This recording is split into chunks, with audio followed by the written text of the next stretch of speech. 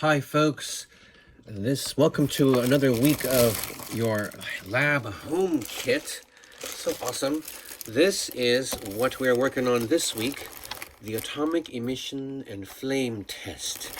It's very, very fun, and it does not take as long as the density lab work. So those of you who have not finished the density lab work, you still have a chance to do it because this will not take as long, okay?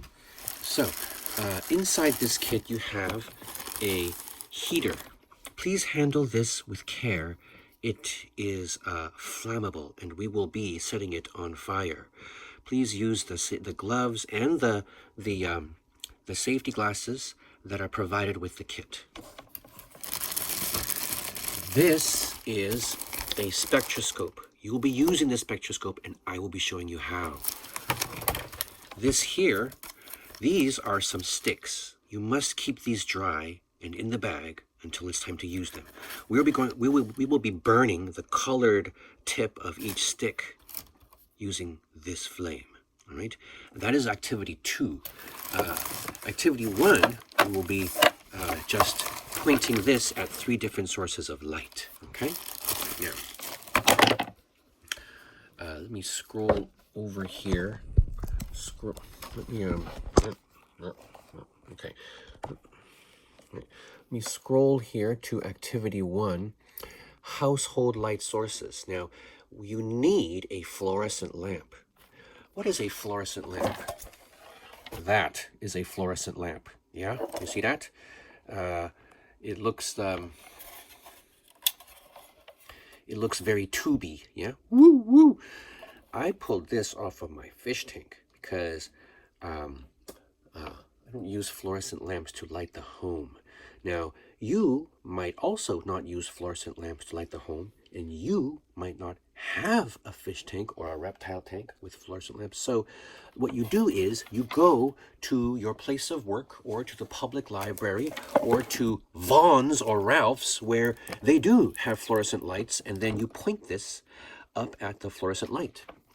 Oops, it's going to look a little weird, you know, you pointing this around at the supermarket, but you know, you got to do what you got to do for science.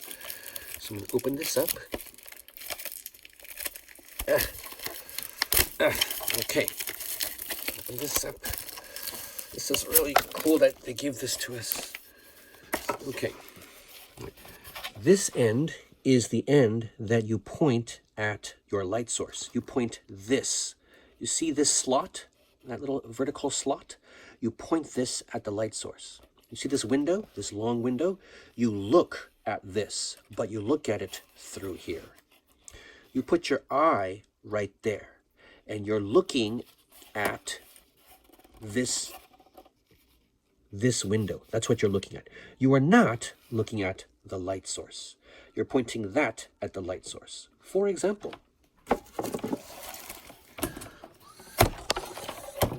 here's a light source.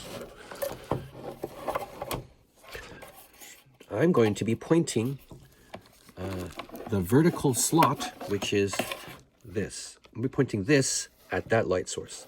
This, I'm not pointing at the light source. I'm looking at this, okay? So I'm pointing this at the light source. All right. Now, if I bring my iPad camera real close here, okay, that's the light source. We do not look at that. Don't look at that. Are you looking at that? Don't look at it. What we're looking at is that. Look at that. That is what we're looking at, okay? Now, you could see in that rainbow, there are a couple of lines that are brighter than the others. We are looking for the number on that ruler down there of those lines. Just see that bright green thing? It's halfway between the 5 and the 6. Let me turn this up. I think I had it upside down. I point at the light, point the vertical slot at the light. Right. Where's the... Okay, there. I'm not pointing the vertical slot at the light. Okay, this is how you point the vertical slot. That's the vertical slot. Don't look at that. Look at the...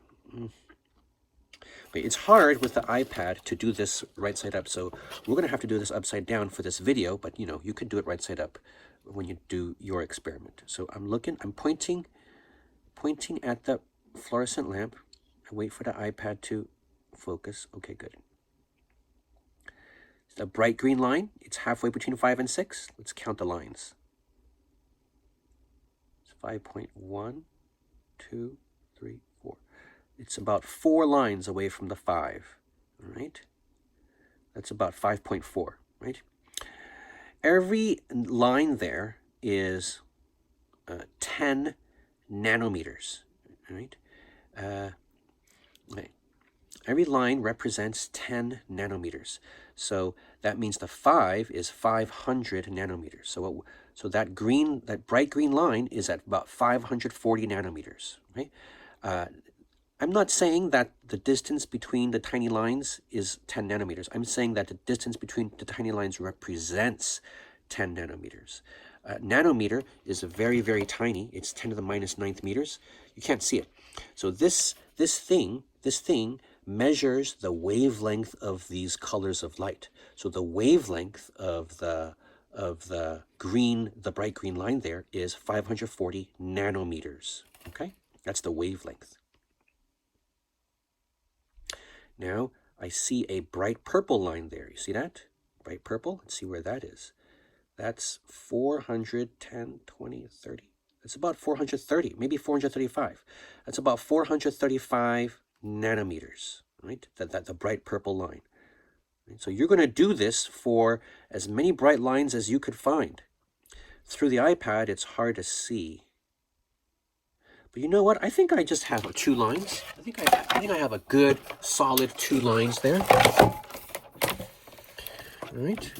So I got 540 and 435. Let's check this out. Yeah, that's me, Bubba Fina. Okay. Anyways, what I found, they want 3 lines. So you're going to have to get 3 lines. Through the iPad camera, we only saw 2, but maybe with your eye, you can find 3 lines when you do this at home with a fluorescent lamp, or at a supermarket, or at the public library, or even at ELAC, at school, all right? Then you're going to write down the color, so the first color right there, the second color right there, third color right there, and then it's very important that you write down the number. So for me, my first one was green, 540 nanometers. It's going to be different for you. And my second one was purple or violet, and that was 435 nanometers. And my third one, well, I didn't notice a third one, but if I check with my eye, I bet I will notice a third one. Your numbers are going to be different from mine because my fluorescent lamp is not for humans. See, yeah, I got it from the pet store. It's for turtles. And so this thing is I just nicked it from the turtles for a moment. I'll give it back to them after I'm done. So what is the meaning of those lines? The meaning is that the way that this lamp produces light is that it excites some just a few metal atoms that are inside here in this white coating inside this glass tube. And some of those atoms are mercury, and some of them are rarer metals like terbium or europium. It says in the little explanation in here, it's a very good explanation. It's right. Where was the explanation of terbium and europium?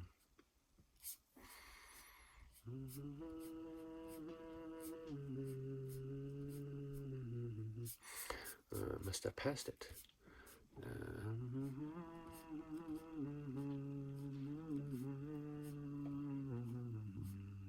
Here it is. So there it is. Look. So I had 435. So that must have actually been 436. So I was seeing the violet of mercury. To me, it looked violet, but it may have been distorted by the iPad camera lens, you know? I mean, the color may have been distorted. So they're saying that's blue. Well, that came from mercury. And then we also saw 540. It must have actually been 546.5. That also came from mercury. Now, that lamp is for turtles. For humans, humans don't like to see just like a light that is kind of harsh on the blue side. Humans want to see light that is kind of soft, that has some orange red in it. So if you do this at the public library or even on the ELAC campus, you're probably going to notice an orange line and or a red line. So for humans to use, when the white stuff inside this tube will also contain some terbium, some europium, so that the color of the light will seem softer. It seems softer by putting some red or some orange in there. All right. So that's activity number 1. There's some calculations to do with this. All right. Oh, there aren't any calculations. Okay, all right, that's all right. So you must pick another light source. So that was the fluorescent bulb. You go outside and do not point it at the sun. And do not point this at the sun. Point this in the sky, but not at the sun. Because if you point this at the sun, you are going to go blind. So just point this at the sky on a sunny day, but do not point it at the sun. Okay. When you point this at the sky, but not at the sun, I expect that you might find a continuous rainbow in here instead of any lines. So when you point this at the sky, instead of lines, you're going to see you're probably going to see a continuous rainbow. If you see a continuous rainbow and you write continuous here, then you can't write first spectrum line color, because there are no spectrum lines. When they say spectrum lines, they're talking about the thin, bright lines that we saw a moment ago with the fluorescent lamp, right? There's not going to be a second line color. There's not going to be a line number. Anytime you have a continuous spectrum here, it says continuous, you write continuous, and there are no bright lines, you're not going to be writing down any numbers, okay? Now, if you point at an LED lamp, then there also will probably not be any bright lines. This screen uses LEDs to be bright, and if I point this vertical slot at the screen, and then I look over here at this is not a continuous. So I'm wrong. If you point at an LED light, you will get some bright lines. You could see here that there's red, green, and violet. Okay, that's not actually violet, as we saw a moment ago. That's actually blue. I guess maybe the iPad camera distorts that a little bit, so that's it looks violet to us, but that's blue. That's red, green, and blue. Okay, so you can just these lines are pretty thick. You know, they're not thin the way the fluorescent lamp lines were. So you can just pick the wavelength that is in the middle, right? So like right. Oh, I can't really point at this because my finger is too fat.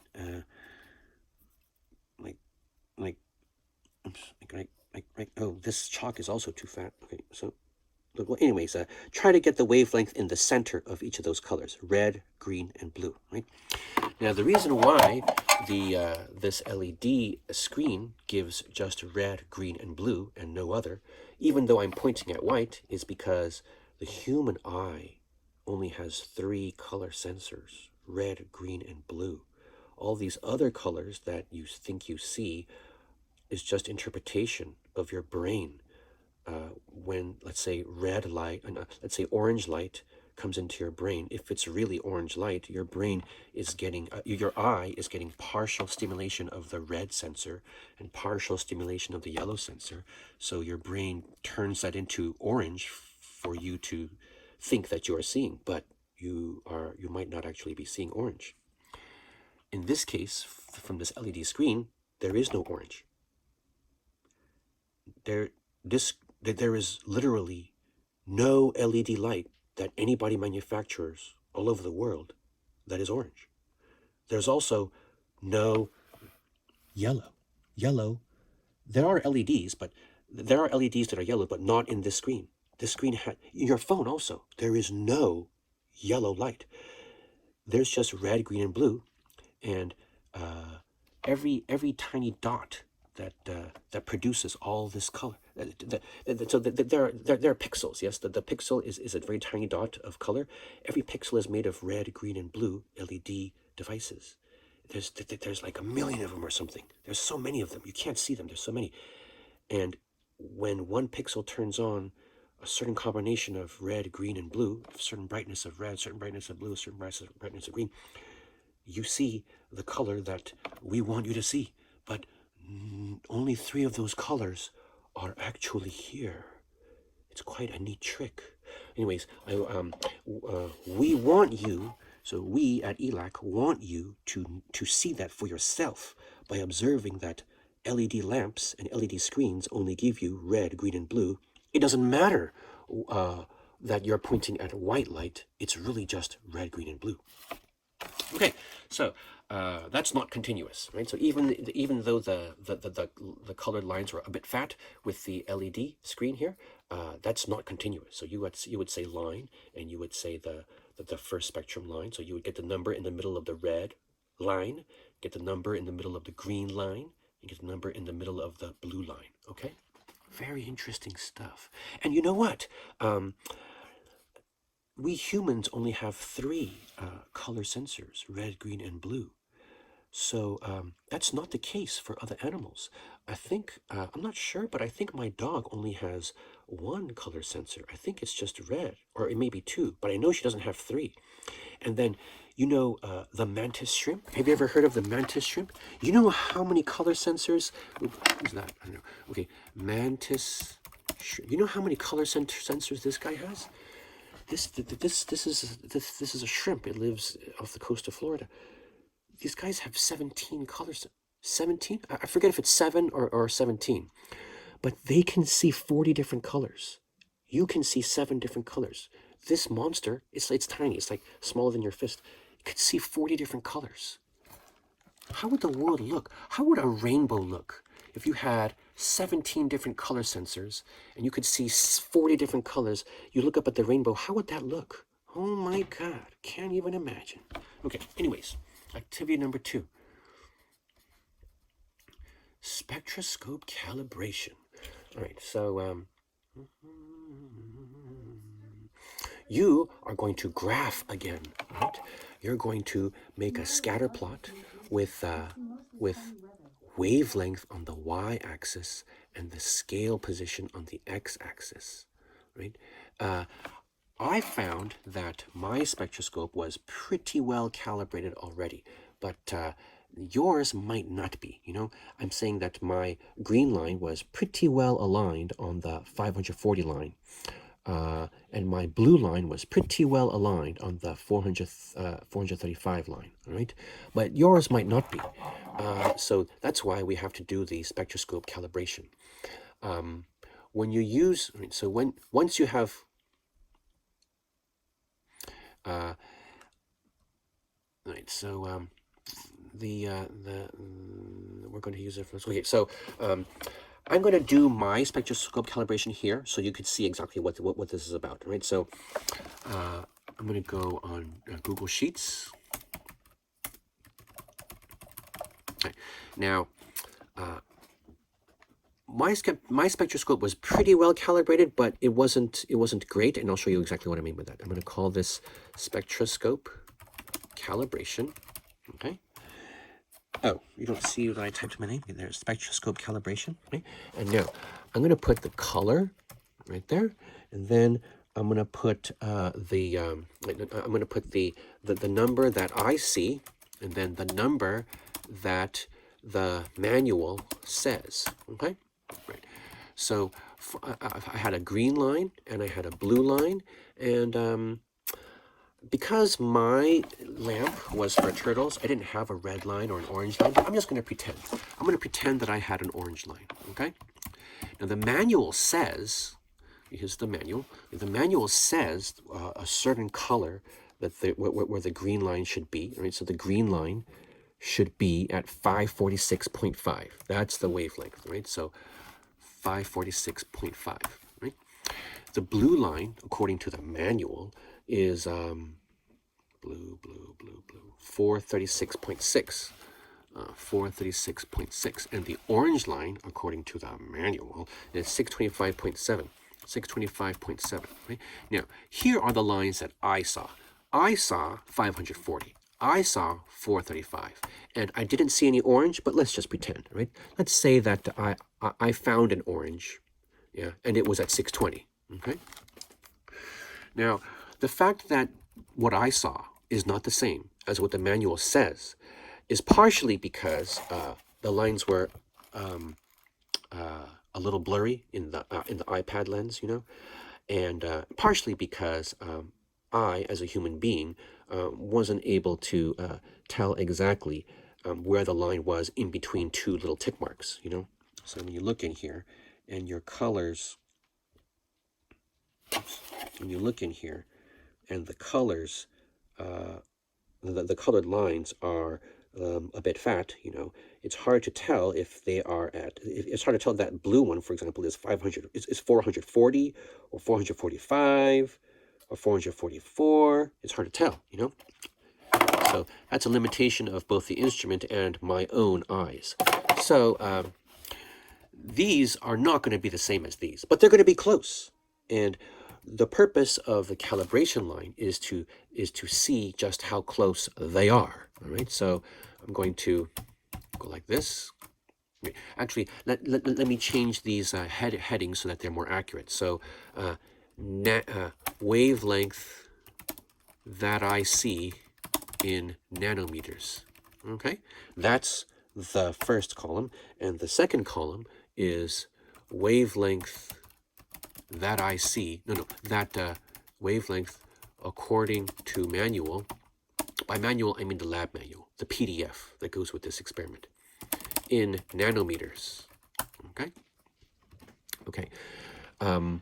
Now I'm going to make the graph. So I do not use these colors here. These are just so that I can keep straight what number goes where. Right? I just type these for me as a human. So I'm going to insert the chart. Now you want a scatter chart like that. Okay, you want the scatter chart, and then I'm going to customize a series, and I think you know how to do this now. Trend line and use equation right there, and we don't need to show r squared. R squared is something.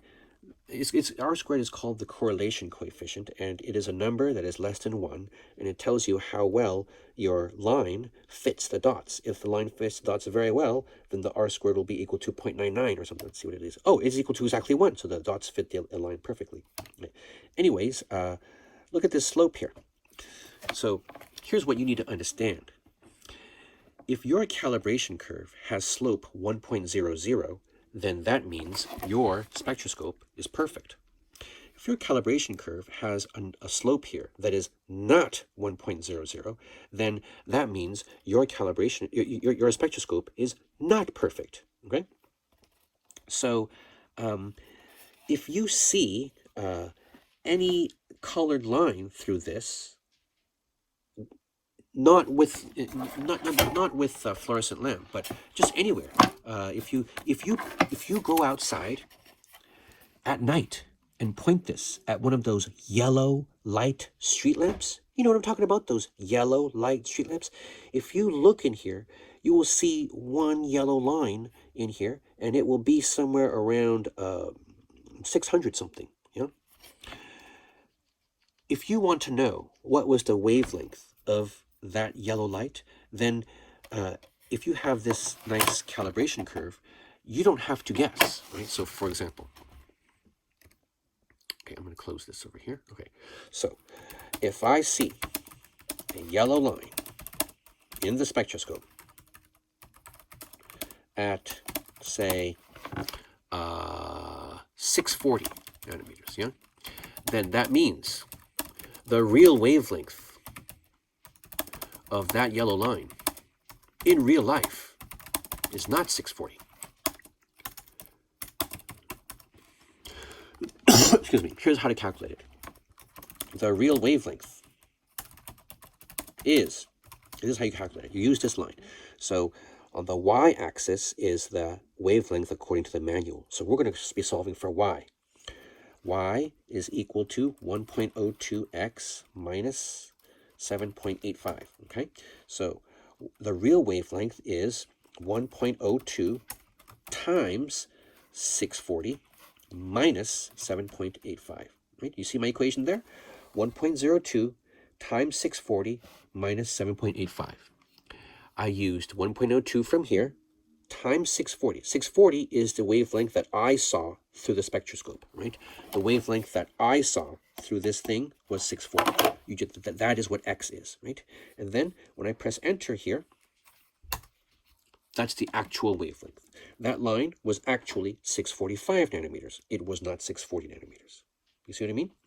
That is why we use a calibration curve. This calibration curve gives, it's not a curve, it's a line. This calibration line gives you an equation. This equation is your translator. When you see something in here, you put that number as X, and then this gives you the Y. This equation will give you what that number really means in real world nanometers. That's what a calibration line is for. It's for translating something you see in an instrument into real world data. Okay? So you will make such a line also using your, if you have more colors, it's better. So if you found in a fluorescent lamp at home or at the library or something with 4 colors, 4 thin line colors, that's better. That's better than 3 colors. Okay? Right. Next part. This is going to be a very long video, I'm afraid. Hey, isn't that Thor? Oh well, whatever. Right. So going on to activity number 3. All right. I'm going to actually make another video for activity number 3 because activity number 3 is extremely exciting. All right, so I'm going to dedicate a video to that.